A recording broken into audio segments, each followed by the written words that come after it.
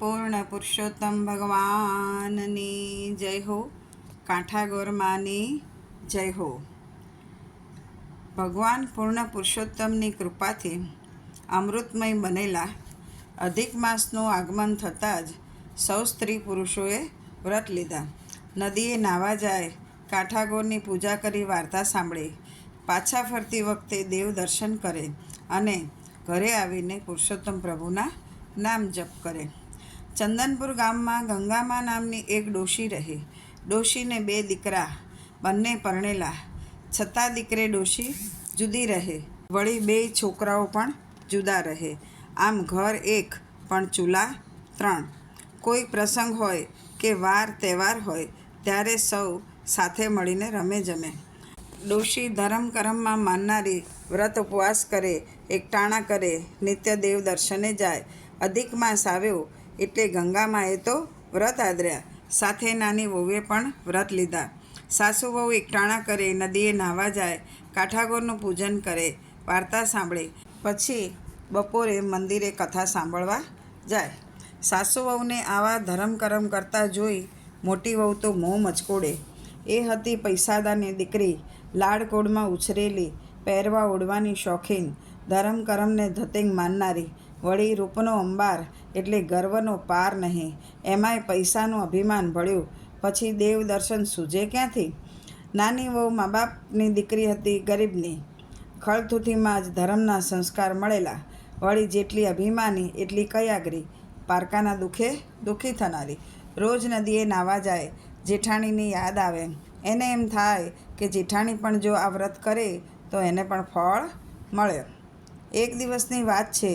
ભોળી દેરાણી ગઈ અભિમાની જેઠાણીના ઘરે અને ભોળા ભાવે કહેવા લાગી, ભાભી રે ભાભી, પવિત્ર પુરુષોત્તમ માસ ચાલે છે, માટે ચાલો ને અમારી સાથે નદીએ નાહવા, ત્યાં કાંઠાગોરનું પૂજન કરશું, અનેક ઘણું ફળ આપનાર પૂર્ણ પુરુષોત્તમની વાર્તા સાંભળીશું. એ શોક તાપને હરનાર છે અને સુખ શાંતિ દેનાર છે. પછી દેવ દર્શન કરીને કથા વાર્તા સાંભળીને પરલોકમાં લઈ જવાના પુણ્યના ભાથા બાંધીશું. આ સાંભળી જેઠાણી તો મોં મચકોડીને કહેવા લાગી, જા બાઈ જા, હું કંઈ તમારા જેવી વેવલીએ નથી કે નવરીએ નથી. સાસુ વહુ કરે રાખો ધર્મ અને બાંધો પુણ્યના પોટલા. નદીએ નાહવા જાઓ છો કે પારકાની નિંદા કરવા એ હું જાણું છું.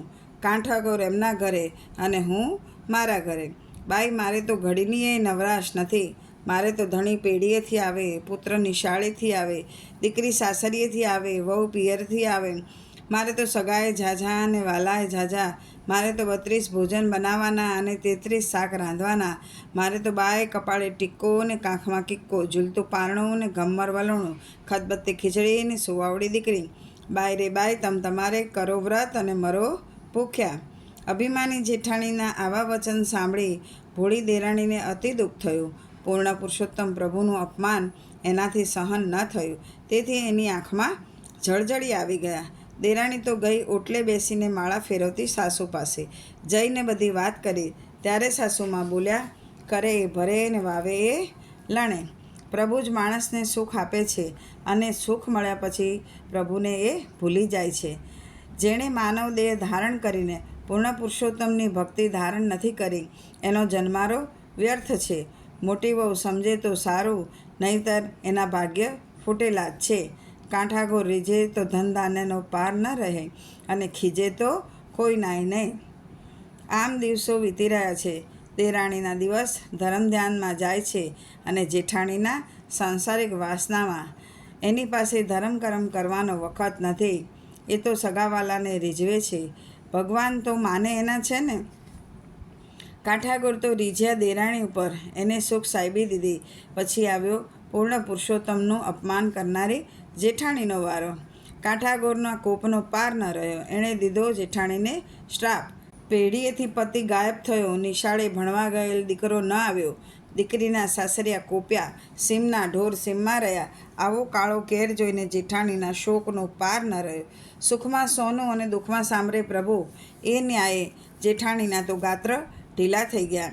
એ તો રડતી રડતી ગઈ દેરાણી પાસે અને જઈને કાળા કેરની વાત કરી. દેરાણી તો સમજી ગઈ કે આ બધો કાંઠાગોરનો કોપ છે. અભિમાની જેઠાણીને એવું કહેવાય નહીં. એ તો વારે વળ ચડું એટલે એ તો ગઈ જેઠાણીને લઈને છીકણી સૂંઘતા સાસુ પાસે. જેઠાણી તો લાકડીની જેમ સાસુના પગમાં પડી ગઈ. આંસુથી સાસુના ચરણ પખાળવા લાગી અને કહેવા લાગી, માડી રે માડી, મારો તો પતિ ગયો, પુત્ર ગયો, ઢોર ગયા, ડાંખર ગયા, સવળા નાખું તો અવળા પડે છે. માટે કંઈક માર્ગ ચીંધો, આંગળી ચીંધ્યાનું પુણ્ય થશે. હું તો ગાય જેવું છું, તમે કહેશો તેમ કરીશ. ત્યારે સાસુ એને સમજાવવા લાગ્યા, વહુ, તે જાણી અજાણે પૂર્ણ પુરુષોત્તમનું અપમાન કર્યું છે. તેથી કાઠાગોર તારી પર કોપાયમાન થયા છે. તેથી તારું બધું અવળું થયું છે. માટે પુરુષોત્તમ માસનું સ્નાન કર, કાઠાગોરને રીઝવ, ધર્મ ધ્યાન કર, કાઠાગોરનું પૂજન કરી એને વિનવણી કર, ભૂલની ક્ષમા માગ. હે વહુ, ધર્મ થાય તો કરીએ, ન થાય તો ન કરીએ, પણ ધર્મનો અનાદર કદી ન કરીએ. ત્યારે જેઠાણી ગળગળા અવાજે એની સાસુને પૂછવા લાગી, માડી રે માડી, હું તો સાવ આંધળીની અજ્ઞાન છું, ધર્મની વાત જાણતી નથી, અજાણતા અનાદર થયો છે. શું કરું તો કાંઠાગોર રીઝે? ત્યારે સાસુએ નિવારણ જણાવ્યું, હે વહુ, ખભે લાલ ચૂંદડી લ્યો, જમણા હાથમાં ગાયના દૂધનો કળશ લ્યો, એક થાળ લ્યો, થાળમાં અબીલ ગુલાલ લ્યો, ધૂપ દીપ લ્યો, શ્રીફળ અને સોપારી લ્યો, ગીત ગાતા ગાતા વાસ્તે ગાસ્તે કાઠાગોરનું પૂજન કરો. કાઠાગોર રીઝે તો અભરે ભરે. જેઠાણી તો વાસ્તે ગાસ્તે કાઠાગોરનું પૂજન કરવા ચાલી. સાસુએ આશીર્વાદ દીધા. મંગળ ગીતો ગાતા ગાતા જેઠાણી અને દેરાણી તૈયાર થયા અને દેરાણી જઈને બોલાવી લાવી પાસ પડોશની સ્ત્રીઓને આમંત્રણ આપ્યું. પછી સૌ વાસ્તે ગાસ્તે નદીના કિનારે આવ્યા. જેઠાણીની આંખમાંથી અશ્રુ વહી રહ્યા છે. પશ્ચાતાપના અગ્નિમાં એનું હૃદય કંચન સરીખું થઈ ગયું છે. પૂર્ણ પુરુષોત્તમનું ધ્યાન ધરી જેઠાણીએ ભાવપૂર્વક સ્નાન કર્યું અને પછી પોતાનાથી અજાણપણે થયેલ અપરાધની ક્ષમા માટે અંતઃકરણપૂર્વક આજીજી કરી. પૂજન પછી એક ધ્યાને કાઠાગોરની વાત સાંભળી, ચૂંદડી ચડાવી અને ખોળો પાથરીને સર્વના મનોરથ સાકાર કરનાર ગૌરીમાને વિનવણી કરી, હે માં, જગતનો નિયમ છે કે પુત્ર કુપુત્ર થાય પણ માતા કુમાતા ન થાય. હું તમારી બાળ છું, મુજ અંધ અને અજ્ઞાનને ક્ષમાનું દાન દો. અભિમાનમાં અંધ બનીને મેં તમારી અવગણના કરી છે. હવે મારી આંખ ખુલી ગઈ છે. હે માતા, મારા ઉપર દયા કરો, દયા કરો. હવે હું આવી ભૂલ નહીં કરું, ધર્મનું ધ્યાન કરીશ. જેઠાણીની આર્દ્રવાણી સાંભળીને સાચા પશ્ચાતાપથી ગૌરીમાં અતિ પ્રસન્ન થયા. જેઠાણીનો પતિ અને પુત્ર કુશળતાથી પાછા ફર્યા. દીકરીના સાસરેથી સારા સમાચાર આવ્યા. સીમમાંથી ગાયો પાછી આવી અને સૌ સારાવાના થયા. જેઠાણીએ તો તરત સંકલ્પ કર્યો, હે ગૌરીમાં, તારી કૃપાથી મને ગુમાવેલું બધું પાછું મળ્યું છે. હવે પુરુષોત્તમ પ્રભુ જેના અધિષ્ઠાતા છે એવા અધિક માસનો હું પૂર્ણ શ્રદ્ધાથી વ્રત કરીશ. વ્રતની પૂર્ણાહુતિના સમયે બ્રહ્મભોજન કરાવીશ, અન્નદાન વસ્ત્રદાન કરીશ, નિંદા કરીશ નહીં અને અસત્ય આચરીશ નહીં. હું મારા હું પદનો ત્યાગ કરીશ. જેઠાણીના આવા સંકલ્પથી દેરાણીને અપાર આનંદ થયો. મોટી વહુ પણ ધર્મ ધ્યાનમાં વળી, તેથી સાસુને બહુ સુખ થયું. એ ઘરમાં સુખ સમૃદ્ધિ છલકાવા લાગી. શ્રી પુરુષોત્તમ ભગવાને ત્યાં વાસ કર્યો અને થોડા જ સમયમાં એ ઘરની કીર્તિનો સૂર્ય પ્રખર તેજથી પ્રકાશી ઉઠ્યો. જે કોઈ પૂજે કાંઠાગોરને પાપ તે ના જાય, સુખ સમૃદ્ધિ સાતા મળે, પરલોકે મોક્ષ થાય. હે કાંઠાગોરમાં પશ્ચાતાપથી શુદ્ધ બનેલી જેઠાણી, તેની દેરાણી તથા સાસુને જેવા ફળ્યા તેવું તમારું વ્રત કરનાર સર્વને ફળજો. બોલો કાંઠાગોરમાંની જય હો. પૂર્ણ પુરુષોત્તમ ભગવાનની જય હો. પુરુષોત્તમ પ્રભુ આખ્યાન અધ્યાય 26મો. વ્રત છોડવાની વિધિ. મહર્ષિ વાલ્મીકી બોલ્યા, હે રાજન, હવે હું તને વ્રતના નિયમો છોડવાની વિધિ જણાવું છું. જેણે એકટાણાનો નિયમ લીધો હોય એણે બ્રહ્મભોજન કરાવ્યા પછી એ નિયમ છોડવો. માગ્યા વગર ભાણામાં જે આપે એ જમી લેવાનો નિયમ હોય એણે સુવર્ણનું દાન કરવું. આખો મહિનો ઉપવાસ કરનારે દૂધ અને દહીંનું દાન કરવું. મૌન વ્રત પાળનારે ઘંટીનું અથવા તલનું દાન કરવું. નખ અને વાળ વધારનારે દર્પણ, મીઠા વગરનું ભોજન કરનારે અને ધારણા પાળના કરનારે 8 કળશનું દાન કરવું. એક જ અન્ન લેનાર મોક્ષની પ્રાપ્તિ કરે છે. એકટાણું કરનારને રાજપદ મળે છે. અડદ ન ખાનારને સર્વ પાપોનો ક્ષય થાય છે અને વિષ્ણુલોકની પ્રાપ્તિ થાય છે. હે રાજન, આ માસમાં ઘાણી પીલવાથી ઘોર પાપ થાય છે. સુદ તથા વદ 12 ઉપવાસ કરનારને દેવલોકની પ્રાપ્તિ થાય છે. હે રાજન, જીવ વ્રતના આવા નિયમ પાળીને વિધિપૂર્વક નિયમ છોડે છે એને પરમપદની પ્રાપ્તિ થાય છે. બોલો પૂર્ણ પુરુષોત્તમ ભગવાનની જય હો. અધ્યાય 26મો સંપૂર્ણ.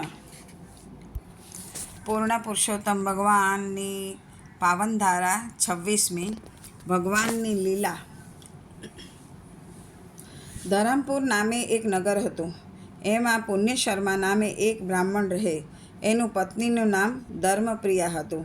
એ ઘણી સુશીલ, સદ્ગુણી, ધર્મનિષ્ઠ અને દયાળુ હતી. બ્રાહ્મણ પણ ઘણો વિદ્વાન હતો. બંને સંતોષી હતા. ભગવાન જે આપે તે હસીને સ્વીકારતા. મન વચન કર્મથી કોઈનું ખરાબ ન કરતા. બની શકે તો કોઈનું ભલું કરતા. આમ તો બધી વાતે સુખ હતું, પણ એક જ વાતનું દુઃખ હતું. શેર માટેની ખોટ હતી. એકેય સંતાન ન હતું. છતાં બંને ભગવાનની આરાધના કરતા અને સુખે જીવતા. બંનેની ઉંમર થવા આવી હતી ત્યારે ભગવાને એમની પ્રાર્થના સાંભળી અને બ્રાહ્મણીને એક સાથે 2 પુત્રને જન્મ આપ્યો. બ્રાહ્મણ બ્રાહ્મણી તો સ્વર્ગનો ખજાનો મળી ગયો હોય એમ હરખઘેલા થઈ ગયા અને બંને પુત્રો મોટા થવા લાગ્યા. લાડ પ્યારથી બંને ઉછરતા હતા.